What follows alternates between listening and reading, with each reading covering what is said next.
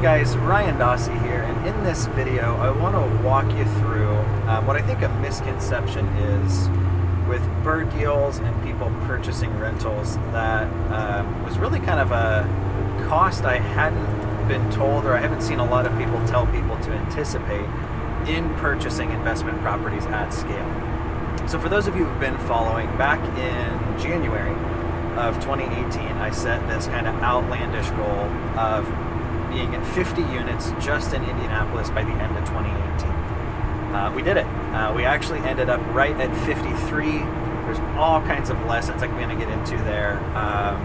We bought 40 of those units in the first 6 months. I'm going to walk you through why it took us so long to get the other ones. All kinds of other lessons we've learned along the way. But in this particular video, I want to go over this kind of Brrrr deal misconception. So most of us are taught, whether it's podcasts, books we're reading, that with Brrrr deals, the goal is to be all in for 75% of what the property is worth. The typical Brrrr rule I see thrown out is 75% minus repairs, and that's your max allowable offer. Now, we did this on the first two before we noticed this trend, and that's holding costs. I don't really see anybody talking about budgeting these in. You know, a lot of local community banks, they may give you 80%, where if you didn't budget for it, you may end up being okay. We've actually got a local community lender that'll go 80% of appraised value with no seasoning. So that's the dream setup there. However, that's not going to be the case for a lot of people, and we went through a lot of banks that told us no, or only wanted to refi 75% of our cost, or wanted us to season for multiple years before we found these guys. So chances are you may be in a market where you can't get 80%, which means you really need to make sure that you're all in for that 75% of what the ultimate appraised value is going to be. So what we started doing, probably about February or March, was we started going 75% minus repairs, minus an extra 5K. Now, our goal with that 5K was to cover the cost of marketing, acquisitions, compensating our acquisition manager, who also was helping with some of our construction management, and then also covering holding costs. So last year, in 2018, just in Indianapolis, we picked up 53 units.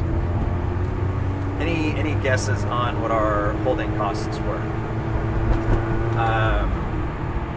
We actually ended up right at $73,273.11. Literally 73 grand just of holding costs. That doesn't get into marketing costs, construction management costs, or any of that. So had I been going with the 75% minus repair model, there would have been a $75,000 shortfall between what I was able to refinance out and what I owed my private lenders. Now, for some people, that's not a problem. You know, they can just pay that off. They can sink their own cash in. We call that debt equity at that point, because it's going to be pretty hard to get that out of the deal. But for a lot of the folks I know, that's not really a luxury that they have. Quite frankly, it's not one that I would have had. So what we've found in doing that, we actually budgeted between covering for holding costs, marketing, and acquisition. There's almost $200,000 in extra equity we built into our deals. And we ended up not needing all of it. That being said, just extra equity we'll get on our cash out refinances. But that's something I really want to make sure you guys are adding in here.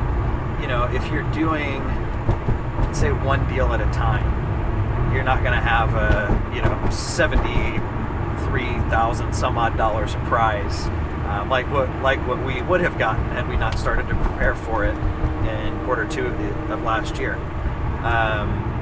The other markets I'm in, just because I think this is interesting, so I also launched partnerships in Louisville as well as St. Louis, Missouri. Louisville ended up purchasing 7 units in 2017, and St. Louis ended up purchasing 10. So all in all, I actually ended up December 31st, we had 70 rented 70 units. So that's I'm thrilled about that. No complaints at all. I do that for the next 5 to 10 years and continue to scale, and I'll be able to retire more than early. But between the two markets, I was actually surprised about this. And I'm going to walk you through why I think it is. So my boots on the ground partner in Louisville has a very lucrative day job that keeps him pretty busy. So he's definitely, this is a side hustle, or this isn't his main gig, right? He's wanting to build up rentals so he can retire, spend more time with his family, etc. But it's not something he's doing 40 hours a week. So he actually ended up with, I've got my sheet here on the ground, $13,996.22 in holding costs on 7 units. St. Louis, on the other hand, on 10 units, ended up at $9,867.67. So literally about $4,000 less in holding costs while doing 3 more deals, which you look at that as a percentage, and they did 40% more. The reason, though, that St. Louis was able to have the lower holding cost was they were turning stuff faster. Louisville actually bought a couple properties that were like full-on guts. We have really good crews there who are really cheap, but they're slow. It's like a crew with three guys. So the problem with that is rehabs in turn take a little bit longer. So last year, my partnerships combined all across the board, we had $97,136.78 in holding costs. So if you guys are doing Brrrr deals, I really recommend budgeting in that extra $5K. If you're doing them at scale, I recommend doing what we do and treating 75% minus repairs as your MAO. If you can get a better deal, by all means, get a better deal. I'm going to have some other videos coming out here soon about just kind of the lessons we've learned, our year in review, some more financials. Feel free to let me know any questions you guys have.